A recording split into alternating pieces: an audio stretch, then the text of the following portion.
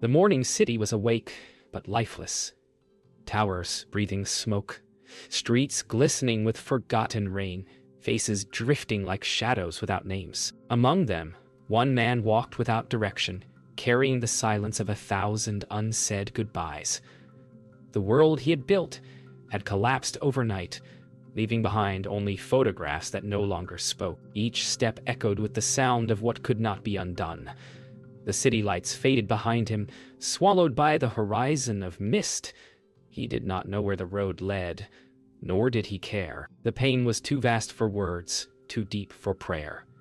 Yet somewhere, hidden beneath the ruin of his heart, a small flicker refused to die, faint, fragile, but still alive. And so, he walked on, away from everything, toward nothing, guided only by the faint whisper of the wind that seemed to ask, "What remains when everything is lost?" The rain became his only companion, falling endlessly, erasing footprints as soon as they were made. The world narrowed to sound, the rhythm of drops striking his shoulders, the whisper of wind threading through pine branches, and his own breath, steady and hollow. He no longer counted the days. Hunger gnawed softly. But even that began to fade, replaced by a strange stillness that felt almost like peace. Each step took him further from memory, from guilt, from the sharp edges of who he once was. Somewhere between exhaustion and surrender, the mind emptied itself, leaving behind a quiet awareness of being carried, not by will, but by the earth itself. And within that emptiness, a question arose. If everything is lost, what is left to lose? Days bled together, indistinguishable from one another. Hunger became a quiet hum beneath his ribs, a fading reminder that the body still clung to life. His legs trembled, but he no longer felt their weight. He had crossed into the realm where thought dissolves and the body moves on its own. An animal searching for shelter it cannot name. The mountains watched silently, ancient and unmoved. He stumbled upon a frozen stream, knelt, and drank the icy water until his reflection rippled into oblivion. When he lifted his head, the forest swayed, and the sky bent sideways. Darkness rose from the ground like smoke, and he collapsed, his face sinking into the cold earth. The rain continued to fall, indifferent yet strangely tender, as if the world itself refused to let him die forgotten. In the darkness of unconsciousness, the world unfolded in light. He stood within a field of swaying grass, golden beneath an eternal sunset. There were no shadows, only warmth. In the distance he saw them, faces he once called home. They did not speak, but their presence filled him with both unbearable grief and unimaginable calm. His heart ached to reach them, yet the closer he came, the farther they drifted. Then, a voice, soft, childlike, whispered through the wind, "Live." The sound rippled through him like water touching fire. He tried to hold on to it, but light fractured into dust, scattering through his fingers. As he reached out once more, the field dissolved, and the rain returned. Cold, heavy, real. His body shivered awake, but his heart carried the echo. Live. The sound arrived gently, a deep, distant bell rolling through the mist. It moved through him like memory, reborn. His eyes opened to a world washed in silver rain. He lay beneath a moss-covered tree, unsure how far he had come or how long he had slept. The air smelled of wet earth and pine. The sound of the bell came again, clearer now, echoing from somewhere beyond the ridge. For the first time in years, he felt something stir within his chest. Not joy, not peace, but a trembling desire to rise. He pulled himself up, leaning against the trunk, and looked toward the mountains.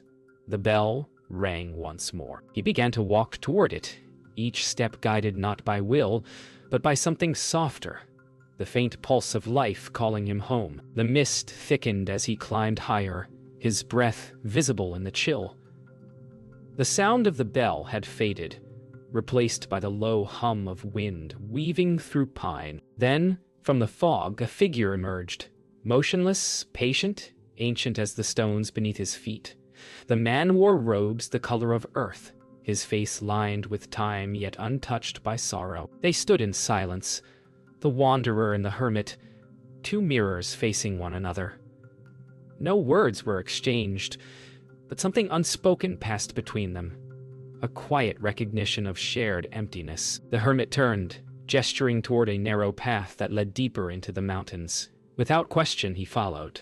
The air grew colder, the silence deeper, until only their footsteps and the faint rustle of wind remained. Hope, still faint, began to breathe again. Not in the mind, but in the rhythm of his steps beside another soul who had long since made peace with silence. Days passed without conversation. Morning began before sunrise. A bell, a breath, the weight of a bucket lifted from the well. Water sloshed against its rim, cold and heavy, grounding him in each motion. He chopped wood until his palms bled, swept the temple floor until its grains of dust gleamed in the morning light. The hermit spoke little, only nodded when the work was done, his silence a language of its own. The world outside vanished. There was only repetition. Draw, carry, cut, breathe. At first, resentment burned, but slowly, through the rhythm of labor, thought loosened its grip. The sound of the axe became a kind of prayer, the feel of cold water against his skin, a reminder that he was still alive. The temple, once foreign, began to breathe with him. Its silence no longer empty, but full. That evening, by the dim light of an oil lamp, the hermit finally spoke. His voice was calm, like the slow turning of a river stone. He told of a seed that could not bloom in sunlight, a seed that slept for 100 years beneath the soil, waiting for darkness deep enough to awaken it. Hope, he said, is like that seed. It grows when there is nothing left to see. The words struck him harder than any lesson of comfort. He stared at the flame between them. Steady, small, unwavering. Outside, night fell without sound, stars hidden by cloud. The wind pressed softly against the temple walls as if listening too. When the story ended, silence returned. Yet it was no longer the silence of emptiness, but of quiet understanding, that even in despair, something unseen was taking root within him. The days grew heavier. His body ached from endless work, his mind from endless silence. The hermit's words offered no comfort, only mirrors to his pain. One morning, as the bucket slipped from his hands and shattered against the stones, something broke inside him. He shouted. Not words but sound, raw and uncontained. The forest absorbed his anger without reply. He fell to his knees, pounding the earth until his strength was gone. When he looked up, the monk stood nearby, still silent, still watching. There was no judgment in his eyes, only the depth of still water. Exhausted, Hiroshi wept. The monk turned away and began to sweep the courtyard, as if to remind him even pain must be tended to. The sound of the broom against stone became the only rhythm that made sense, soft, deliberate, forgiving. That night the hermit sat by the fire, and the wanderer sat beside him. Neither spoke for a long time. Then softly, the old man said, "When you stop running from pain, hope will walk beside you." The words settled into the air like falling ash. He did not respond. He could not. Instead, he watched the firelight dance across the monk's face, flickering between shadow and warmth. Something inside him shifted, not healed, not yet, but softened. The silence that followed was no longer heavy. It carried the hum of crickets, the whisper of wind through bamboo, the faint crackle of wood turning to ember. For the first time since his loss, he allowed himself to breathe without fear. Hope, once distant and abstract, now felt close, as if it had been sitting quietly beside him all along, waiting for the noise of despair to fade. The first rumble of thunder rolled across the valley like the voice of an unseen god. The air thickened, charged with unseen energy. As night fell, the sky tore open, and rain descended in furious sheets. The temple shuddered beneath the wind's assault. Trees bent low as if bowing to some invisible truth.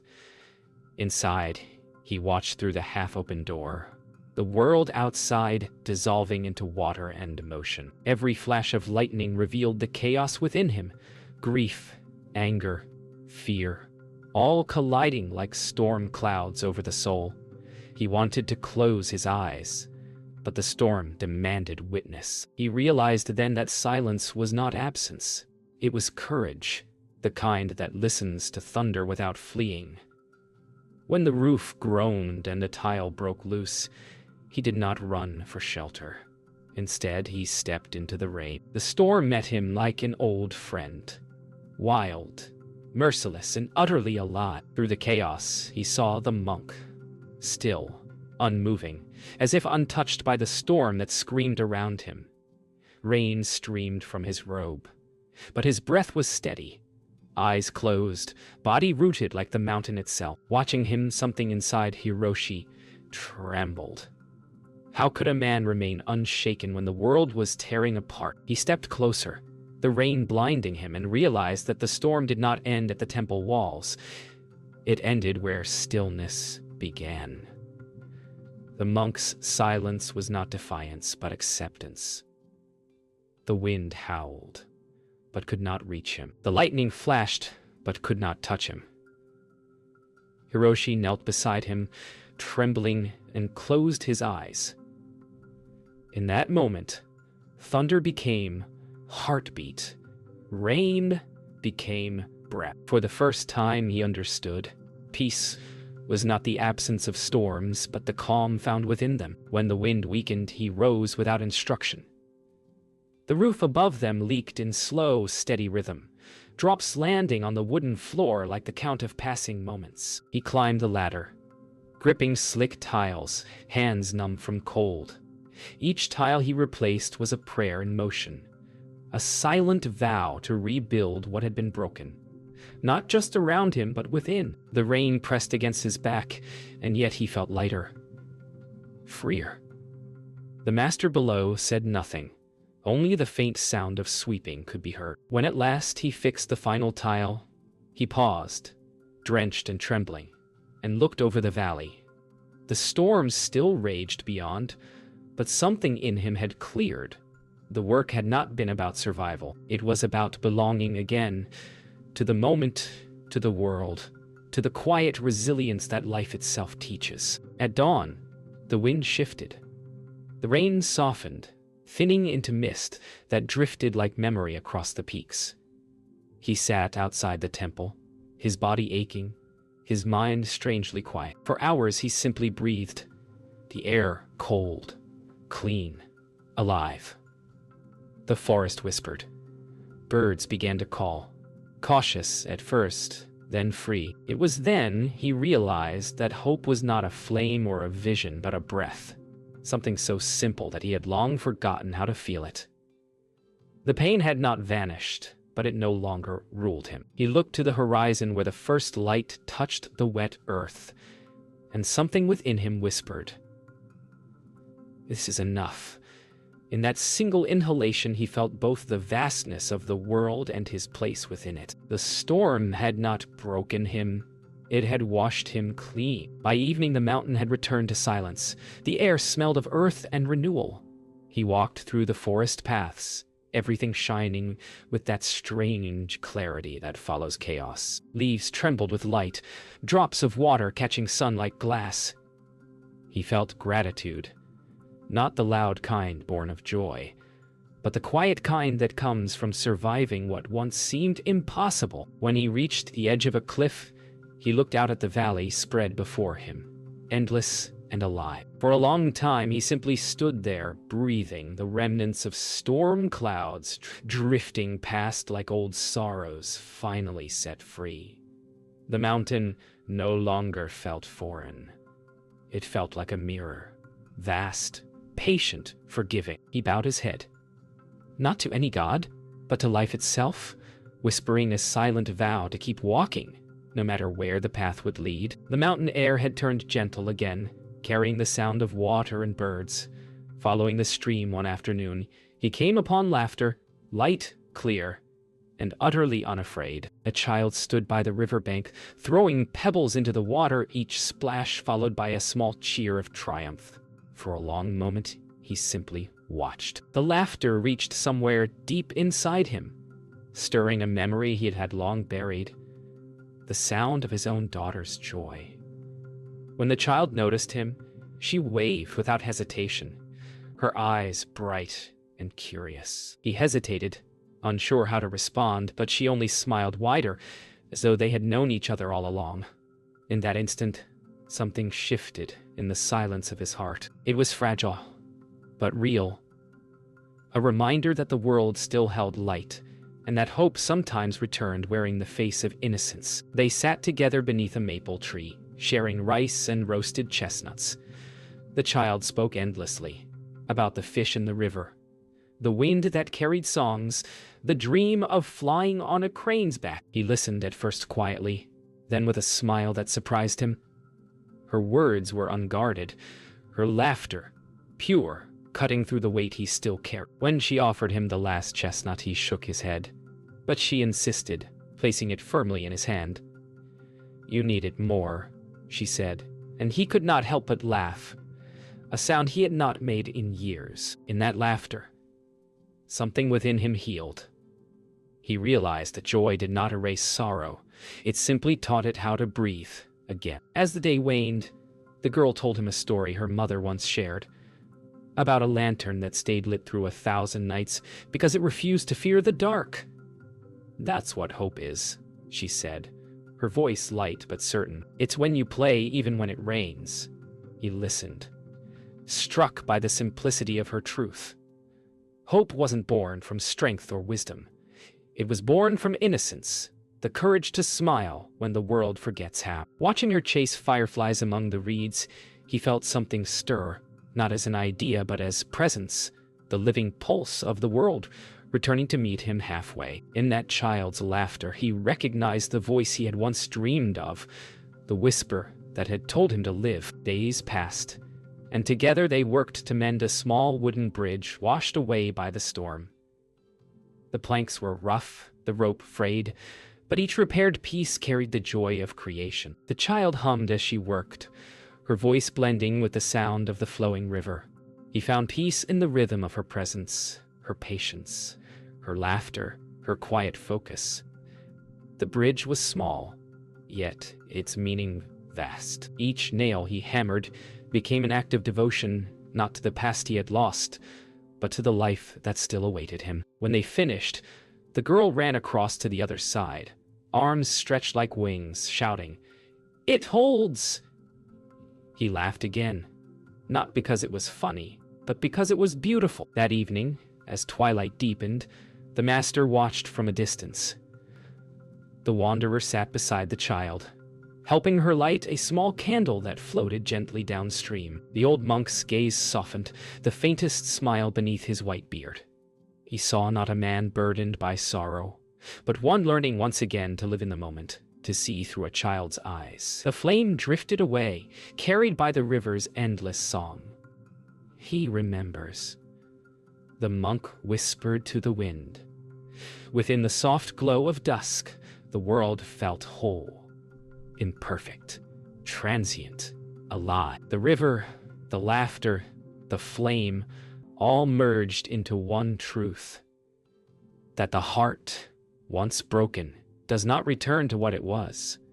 It becomes deeper, capable of holding both pain and peace in the same breath. The days had grown peaceful, but peace, like all things, was impermanent. It began as a whisper, the tremor of earth beneath bare feet. The birds fell silent, the air thick with a strange stillness. Then the mountain roared. Stones tumbled down the slopes, trees cracked and fell, and the once calm river turned violent, thrashing against its banks. The child screamed, and he ran in without thinking, guided not by reason, but by instinct. The mountain that had healed him now tested him. Amidst the chaos, he realized that compassion is not born in stillness alone. It is proven in motion. In the moment one risks everything for another. Dust and thunder filled the sky, yet in his chest the old emptiness was gone. What remained was the pulse of life demanding action. The storm outside was now a mirror to the storm within, fierce, unrelenting, but filled with purpose. The ground split near the bridge they had built together, and the child was caught beneath a fallen beam. Her cries echoed through the storm, cutting through the thunder like light through darkness. He reached her side, hands trembling as he struggled to lift the wood. The rain turned to mud, his fingers slipping, blood mixing with water. "Don't move," he whispered, though his own voice shook. For a heartbeat, fear returned, the same helplessness he had known before. But this time he did not freeze. The monk's words echoed, "When you stop running from pain, hope will walk beside you." And so he did not run. With every ounce of strength he lifted, pushed, pulled, until the beam shifted, freeing her legs. She looked up at him, eyes wide and wet, whispering, "You came back." In that moment, the mountain's roar faded, replaced by the sound of two hearts still beating. He lifted her in his arms and ran through the mud as the bridge collapsed behind them. Stones fell like thunderbolts, trees tore from their roots, yet his focus never wavered. The child clung to him, her breath shallow but alive. Ahead, he saw the faint outline of the temple through the haze. Every step was a battle against gravity, against fear, against memory. But he did not stop. For the first time, his pain had purpose. When he reached the courtyard, Master Ryogan was there, steady as ever, motioning towards safety.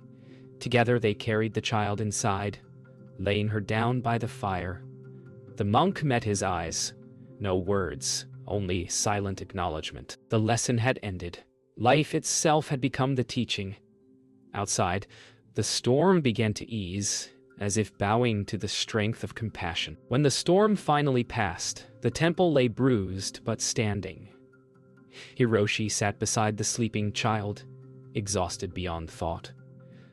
The monk approached, placing a hand on his shoulder. "To protect another," he said softly, "is to remember that your life was never yours alone." The words sank deep, carrying the weight of truth. The monk's eyes reflected the fire, calm, infinite. "When we give without fear," he continued, "we become the flame that darkness cannot consume." Tears filled Hiroshi's eyes, not from sorrow, but from understanding. The silence between them was sacred. Outside, dawn crept over the ridges, revealing a mountain washed clean. The monk turned toward the light and whispered, "The world always begins again." That night, the fire burned low, and the mountain was silent once more. Hiroshi sat alone, watching the embers pulse like living hearts. He thought of the storm, the fear, the hands that refused to let go. It came to him slowly. Hope was not something found in peace, but forged in trial, born each time one chooses to give rather than retreat. He looked at his hands, blistered and raw, and smiled. The pain was proof that he had lived fully, that he had not turned away. When he stepped outside, the stars were out, clear and countless.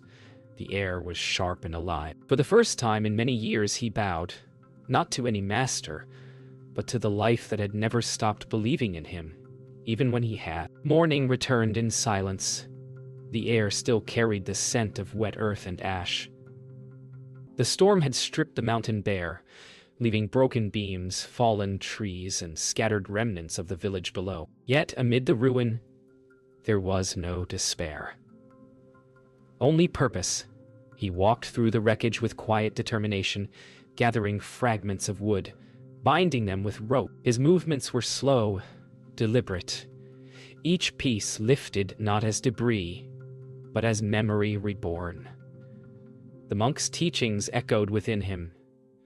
When the world collapses, do not mourn the loss of form. Build anew from what remains. As he carried the heavy bundles back to the temple, his body ached, but his spirit did not. For the first time, the work was not for survival, nor for redemption. It was gratitude in motion, a vow made visible through his hands. By dusk, the fragments had become a structure, small, simple, sacred, a space for prayer, for remembrance, for the quiet gathering of hearts. As darkness fell, he lit a single flame at its center. The fire caught slowly, breathing into life with a faint crackle. He watched it grow, feeling warmth spread through the air, through his chest, through everything that once felt empty. The monk stood behind him, silent, while the villagers began to gather, drawn not by words, but by light. The flame danced, fragile yet fearless, casting gold across their faces. In its reflection he saw not ruin, but renewal. A promise whispered in every flicker. No darkness lasts forever. In giving warmth to others, he had finally warmed himself. In the days that followed, the temple became the heart of the valley. People came carrying tools, food, stories, and grief. He worked beside them, guiding, laughing, listening. There was no leader, no student, only hands and hearts moving as one. Each repaired wall was more than shelter. It was a declaration that life continues. He found joy not in completion, but in the act itself, in every nail hammered, every child's laughter echoing across the wood. Even pain had softened. It no longer felt like loss, but memory transformed into strength. The mountain, once silent, now hummed with life. And though the monk rarely spoke, his smile was enough to say what words could not. The world rebuilds itself through those who remember its light. That evening, the child returned with a small candle cupped between her palms. She looked at the flame as if it were alive. "For those who can't be here," she said softly. Together they placed it inside the new temple beside the larger fire. Its small light trembled, yet it did not fade. He watched her face, calm and radiant in the glow, and realized that the light of one soul, however small, could brighten an entire valley. When she smiled at him, he felt the weight of every sorrow melt into quiet gratitude. The candle flickered once, as if bowing to the greater flame, and then steadied, eternal in its simplicity. In her eyes he saw his daughter's reflection. Not as memory, but as presence. Life had returned through another's laughter, another's light. When the fire dimmed and the villagers drifted away, he stepped outside into the night. The mountain breeze carried the scent of pine and smoke, gentle and familiar. He closed his eyes, listening to the rustle of leaves, to the faint whisper of the wind weaving through the temple bells. It sounded almost like words. "Thank you," he smiled, bowing deeply toward the forest, toward the unseen, toward life itself. The pain that had once bound him now felt like an old teacher taking its leave. Hope no longer needed to be searched for.